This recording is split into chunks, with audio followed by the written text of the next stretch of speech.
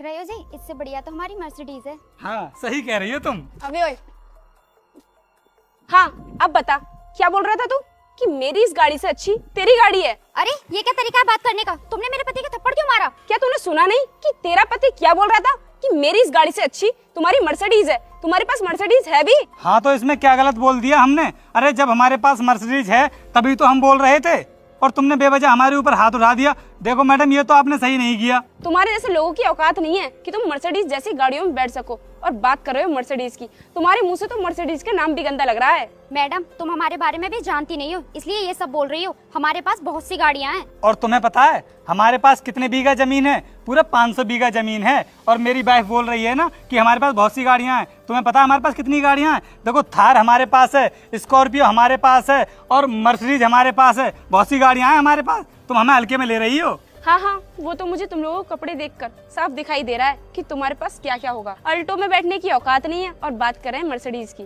देख रहे हो जी, ये हमारे कपड़े देखकर हमें कुछ ज्यादा ही गरीब समझ रही हैं। जब इन्हें हमारी असलियत के बारे में पता चलेगा ना तो इनके होश उड़ जाएंगे। अरे हाँ हाँ, मुझे भी पता है कि ये मैडम ना हमारे कपड़े देखकर हमें गरीब समझ रही हैं, लेकिन मैडम को नहीं पता कि हमारे पास कितना पैसा है। और जब इनको पता चलेगा ना तो ये भी हमसे नमस्ते करने लगेंगी। क्या कहा तूने कि मैं तुझसे नमस्ते करूंगी? तेरी इतनी औकात नहीं है कि मैं तुझसे नमस्ते करूं। और तुम्हें क्या लगता है कि तुम दोनों अपने मुंह से अपनी बड़ाई करोगे तो मैं तुम लोगों की बातों पर यकीन कर लूंगी?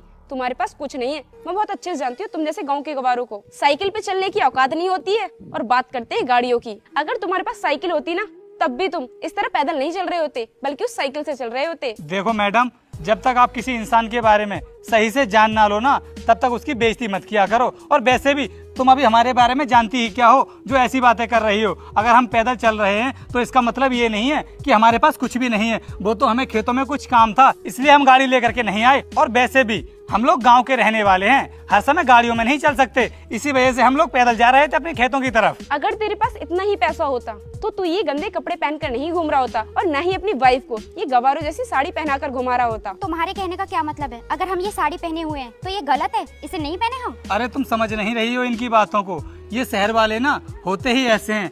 तभी किसान लड़का कहता है ये लोग बस जीन्स और टॉप जैसे छोटे छोटे कपड़े पहनकर अपने आप को नवाब समझते हैं। इनके नजरों में तो ये सारी चीजें बेकार हैं। और मैडम, जिन कपड़ों को आप गंदा कह रही हैं, वे तो अभी मैं खेत में काम करके आया हूँ इसलिए गंदे हो गए। लेकिन आगे अब जो हुआ वह देखने से पहले। बेटा, माँ लक्ष्मी की कृपा से आज तुम्हारे जीवन में एक नया सवेरा आएगा। इस संदेश को दिल से अपनाओ। जय माँ लक्ष्मी। तभी किसान लड़का कहता है ये बैग पकड़ो, अभी तुरंत मुझे तुम्हारी गाड़ी लेनी है। इस पर लड़की कहती है सॉरी सर, मुझे नहीं पता था कि आपके पास इतना सारा पैसा।